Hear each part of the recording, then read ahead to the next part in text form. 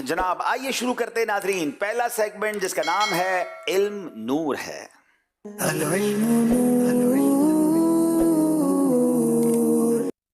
ماشاءاللہ، علم نور ہے سیگمنٹ میں واقعی بہت نور ملتا ہے، کیونکہ جہاں علم ہوتا ہے وہاں نور ہوتا ہے، اور اس سیگمنٹ میں بڑے ہی انٹرسٹنگ کوسچن ہوتے ہیں۔ نہایت غور کے ساتھ ہم نے اس پروگرام میں اس سیگمنٹ میں شامل ہونا ہے۔ پہلا سوال سیزن 15 ذہنی آزمائش کا پہلا سوال کرنے جا رہے ہیں، وقت ہونے کے باوجود علم دین حاصل نہ کرنا کیسا؟ حیدرآباد کی ٹیم سے سوال ہے۔ جن کے پاس وقت ہوتا ہے پھر بھی علم دین حاصل نہیں کرتے، ان کے لیے ایسا کرنا کیسا ہے؟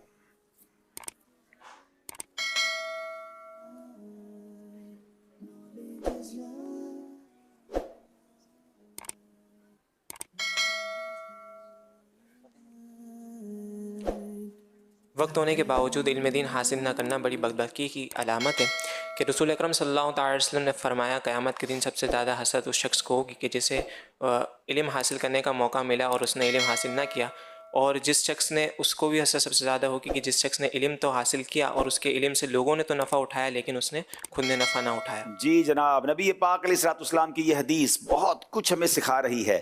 سب سے زیادہ حسرت قیامت کے دن اس کو ہوگی جسے دنیا میں علم حاصل کرنے کا موقع ملا مگر اس نے حاصل نہ کیا، اور اس شخص کو ہوگی جس نے علم حاصل کیا اور دوسروں نے تو اس سے سن کر نفع اٹھایا مگر اس نے نہ اٹھایا، یعنی اپنے علم پر عمل نہ کیا۔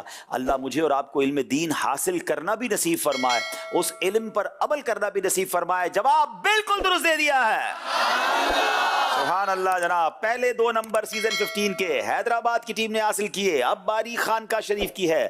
وضو، نماز وغیرہ میں آنے والے وسوسوں سے بچنے کا کیا وظیفہ ہے؟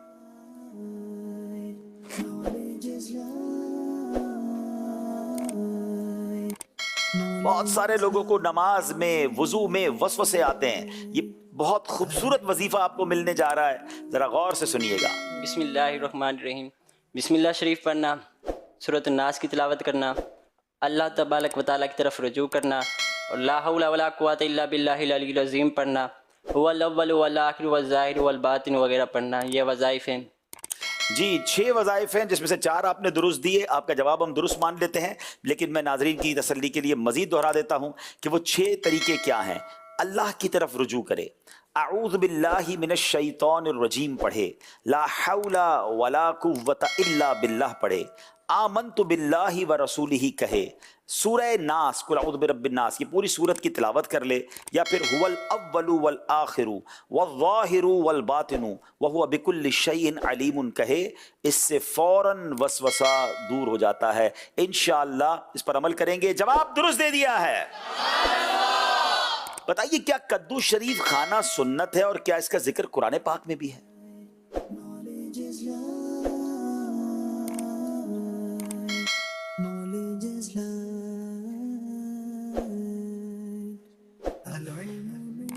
پچیس سیکنڈ کے اندر جواب دینا ہوگا، اس بات کو یاد رکھیے گا۔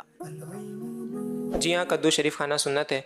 قرآن پاک میں اللہ تبارک و تعالیٰ نے سورۃ الصافات آیت نمبر 146 میں حضرت یونس علیہ السلام کے بارے میں ارشاد فرمایا، آپ نے اللہ تبارک و تعالیٰ نے حضرت یونس علیہ السلام کے لیے کدو شریف کا درخت پیدا فرمایا۔ کیا بات ہے، قرآن میں بھی اس کا ذکر ہے اور کدو شریف کھانا سنت بھی ہے۔ جواب درست دے دیا ہے۔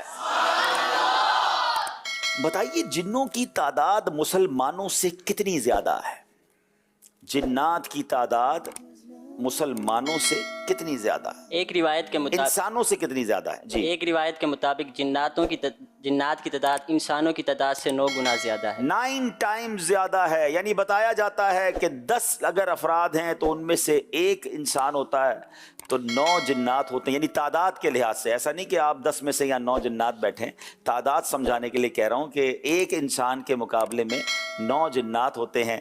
تو یہ بھی اللہ کی مخلوق ہے، ہمیں نظر نہیں آتی مگر اس دنیا میں ایگزسٹ کرتی ہے۔ جواب درست دے دیا ہے۔ ایک وظیفہ ہم نے خانقاہ شریف والوں سے پوچھا تھا، آئیے ایک وظیفہ حیدرآباد والوں سے بھی پوچھ لیتے ہیں کہ روزی میں برکت کا کوئی وظیفہ بتائیں۔ ناظرین بہت سارے لوگ آج کل مہنگائی اور بہت سارے پرابلمز کا شکار ہیں، تو روزی میں برکت کا وظیفہ آج آپ کو ملنے جا رہا ہے انشاءاللہ۔ ذہنی آزمائش کے ذریعے علم دین بھی، وظائف بھی، صحت کے بارے میں بھی انشاءاللہ بہت کچھ سیکھتے جائیں گے انشاءاللہ۔ روزانہ عشاء کی نماز کے بعد 500 مرتبہ یا مسبب الاسباب اول آخر 11 مرتبہ درود شریف پڑھے، اور اس انداز میں پڑھے کہ آسمان اور سر کے درمیان کوئی چیز حائل نہ ہو، کوئی ٹوپی وغیرہ بھی سر پر پہنی ہوئی نہ ہو، تو انشاءاللہ عز و جل اس سے روزی میں برکت ہوگی۔ کب پڑھنی ہے یہ؟ ہر روزانہ عشاء کی نماز کے بعد۔ جی، یا مسبب الاسباب 500 بار اول آخر درود شریف پڑھنا ہے، 11 بار، یعنی 11 بار درود پاک پڑھیں، یا مسبب الاسباب پڑھیں، پھر 11 بار آخر میں درود پاک پڑھ لیں۔ اور یہ بعد نماز عشاء پڑھنا ہے، اور ٹوپی وغیرہ بھی اتار دینی ہے، یعنی ننگے سر پڑھنا ہے۔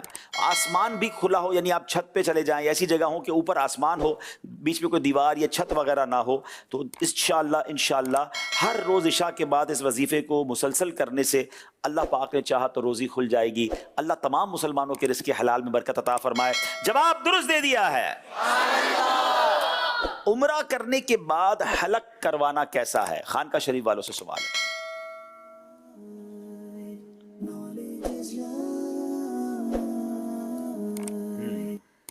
بسم اللہ الرحمن الرحیم۔ عمرہ کرنے کے بعد حلق یا تقصیر کروانا یہ واجب ہے۔ مرد کے لیے حلق کروانا افضل ہے۔ اگر تقصیر کروائے یعنی چوتھائی سر کے بال 1 انگلی کے پورے کے برابر کٹوائے تو یہ بھی جائز ہے، مگر بہتر یہ ہے کہ مرد حلق کروائے، اور عورت کے لیے یہ ہے کہ وہ تقصیر کروائے۔ عورت حلق نہیں کروا سکتی، عورت کے لیے حلق کروانا جائز نہیں۔ جی، اس کے لیے حلق کروانا حرام ہے۔ تو حج و عمرہ کرنے والے کے لیے حدود حرم میں ہی سر منڈوانا یعنی تقصیر کروانا، کم از کم چوتھائی سر کے بال 1 انگلی کے پورے کے برابر کٹانا، حلق کروانا جس کو ہماری زبان میں ٹنڈ کروانا کہتے ہیں، تو وہ کروانا بہت اچھا ہے، افضل ہے، ورنہ کم از کم چوتھائی سر کے بال 1 پورے کے برابر کٹوانا یہ واجب ہے۔ ٹھیک ہے، یہ کریں گے تو پھر احرام کی پابندیوں سے آپ باہر آتے ہیں، اور تقصیر سے بھی واجب ادا ہو جائے گا، مگر حلق کروانا افضل ہے۔ ہاں، یاد رہے کہ خواتین کے لیے تقصیر ہی کروانا ہے، وہ حلق نہیں کروا سکتی۔ جواب یہ بھی درست دے دیا ہے۔ اللہ پاک مجھے اور آپ کو مکہ پاک کی حاضری عطا فرمائے، عمرے کی سعادت نصیب فرمائے، حلق کروانا نصیب فرمائے۔ میں مشورہ دیا کرتا ہوں، کچھ لوگ کہتے ہیں ذرا ہیئر اسٹائل خراب ہو جائے گا، ذرا بال چلے جائیں گے تو میں پتہ نہیں کیسا دکھوں گا، میں تو وہاں عمرہ کر کے واپس ہو جاؤں گا، کیا ہی اچھا ہو میرے بال ہی سارے وہاں رہ جائیں۔ تو حلق کروانا چاہیے، اور نبی پاک نے حلق کروانے والوں کو زائد دعاؤں سے نوازا ہے، تو ہمیں حلق کروانے میں کہتے ہیں نا شرم نہیں کرنی چاہیے، یہ برکت حاصل کرنی چاہیے۔ جناب حیدرآباد والوں کی باری ہے۔ موبائل فون میں اگر قرآن کریم ہو تو کیا اسے زمین پر رکھ سکتے ہیں؟ یہ سوال بہت سارے لوگ کرتے ہیں جن کے موبائل میں قرآن پاک ڈاؤن لوڈ ہوتا ہے، تو ہمیں اس کو دیکھنا ہوگا کہ کیا جواب دیتے ہیں۔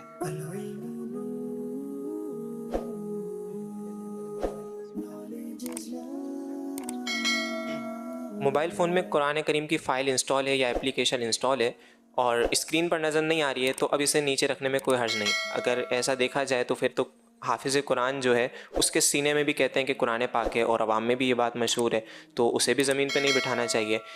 لیکن اگر قرآن کریم موبائل کی اسکرین پر ظاہر ہے، نظر آ رہا ہے، آپ نے اوپن کیا ہوا ہے، تو اس کا حکم اب الگ ہوگا، اس کے ادب کا بھی لحاظ رکھا جائے گا، اسے نیچے بھی نہیں رکھا جائے گا، اور بے وضو سے ٹچ بھی نہیں کیا جائے گا۔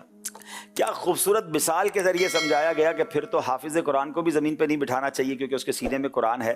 تو جناب اگر موبائل میں قرآن انسٹال ہے اور اسکرین پر قرآن نظر نہیں آ رہا تو پھر موبائل زمین پر رکھنے یا جیب وغیرہ رکھنے میں کسی قسم کی کوئی بے ادبی نہیں ہے۔ ہاں، اسکرین پر موبائل قرآن پاک آن ہے تو اب اس کا ادب کیا کرنا چاہیے۔ جواب درست دے دیا ہے جناب۔ عالم کی زینت کیا ہے؟ سوال ہے خانقاہ شریف والوں سے، عالم کی زینت کیا ہے؟ بسم اللہ الرحمن الرحیم۔ حضور صلی اللہ علیہ وسلم نے ارشاد فرمایا، خاموشی عالم کی زینت ہے اور جاہل کا پردہ ہے۔ کیا بات ہے جناب، نبی پاک علیہ السلام نے ارشاد فرمایا خاموشی عالم کی زینت ہے، جاہل کا پردہ ہے۔ اللہ کرے کہ ہم بھی خاموش رہنے والے بنے۔ بہت زیادہ کچھ لوگ گفتگو کرتے ہیں، زیادہ گفتگو کرنا بعض اوقات آپ کے وقار کو کم کر دیتا ہے، تو انشاءاللہ امید ہے کہ اس پر بھی عمل کریں گے۔ جواب درست دے دیا ہے۔ 4 سوال سارے صحیح جواب۔ اب آخری سوال وہ ہے جس میں شاید تھوڑا سا ٹوسٹ آ جائے، کیونکہ اس سوال کا انہیں کوئی سلیبس نہیں دیا گیا تھا، مگر انہیں آپشن ضرور دیے جائیں گے۔ حضور علیہ السلام ہفتے میں کس دن مسجد قباء تشریف لے جایا کرتے؟ ہفتے کے دن، پیر کے دن، یا جمعہ کے دن؟ سبحان اللہ۔ قباء شریف نبی پاک ہفتے میں کس دن تشریف لے جاتے؟ ناظرین سے پوچھ سکتے ہیں؟